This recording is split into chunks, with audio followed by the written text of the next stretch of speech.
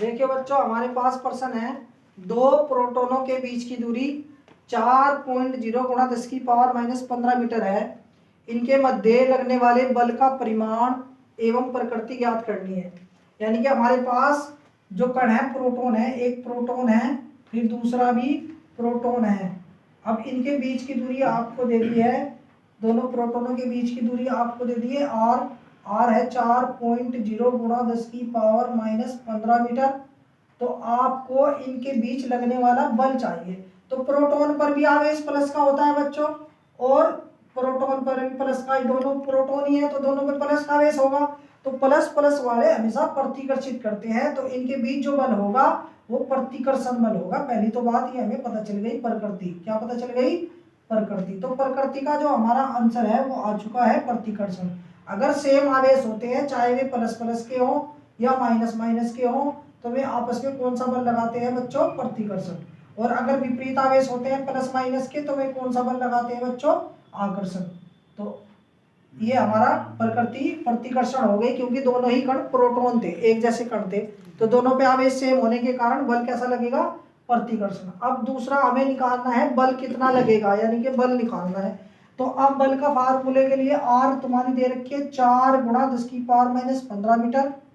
आवेश हमें पता चल गए हैं, Q1 Q2 कितने होंगे? दोनों प्रोटॉन के लिए कितना होता है आवेश? 1.6 गुणा 10 की पावर माइनस 19 कूलम। एक प्रोटॉन का आवेश होता है 1.6 गुणा 10 की पावर माइनस 19 कूलम। तो बल निकालना है। अब बल का फार्मूला होता है 1/4 पाई एप्सिलॉन नॉट गुणा Q1 Q2 बटे आर स्क्वायर।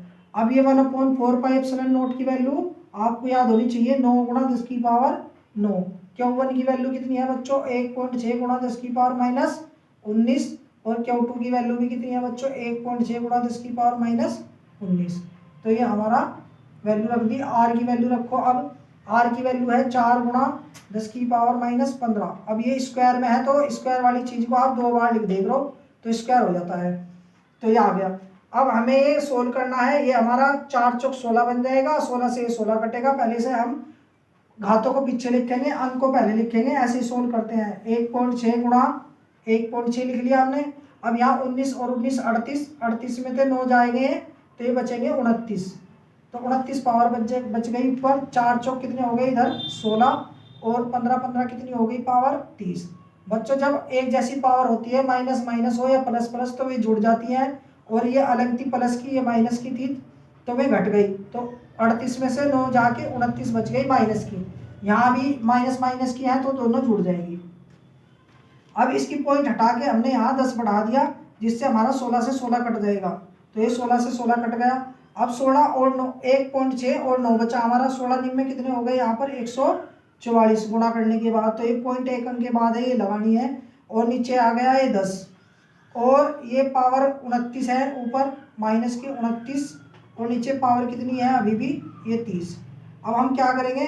ये 10 की पावर माइनस 30 है, ये 10 की पावर 1 है, तो ये भी कितनी बचेगी? 10 की पावर माइनस 29 ही बच जाएगी। तो 14.4 10 की पावर माइनस 29। तो 30 में से 1 पावर घटेगी, तो ये भी कितनी बच गई? 29। तो 10 की पावर माइनस 29 से घट गई, तो हमारा आंसर आ गया 14.4 न्यूटन। तो इतना बल लगेगा प्रोटॉनों के बीच इतनी दूरी पर। 4 गुणा 10 की पावर माइनस 15 मीटर की दूरी पर दो प्रोटॉनों के बीच 14.4 न्यूटन का बल लगेगा। ये हमारे क्वेश्चन का आंसर था। Okay sir.